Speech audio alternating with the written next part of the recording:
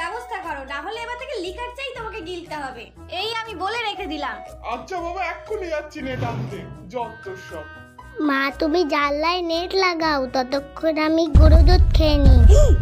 ও আমি তুই গরু দুধ চোর। ভাই তুই প্লিজ মাকে বলিস না, আমি তোকেও দেব। সত্যি তো তুই দিবি তো?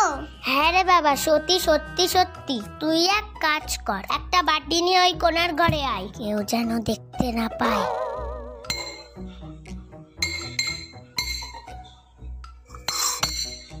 দেখ তোকেও কিন্তু সমান সমান দিচ্ছি।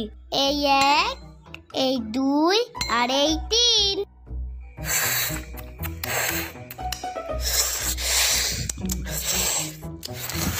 আর একটুখানি নেই।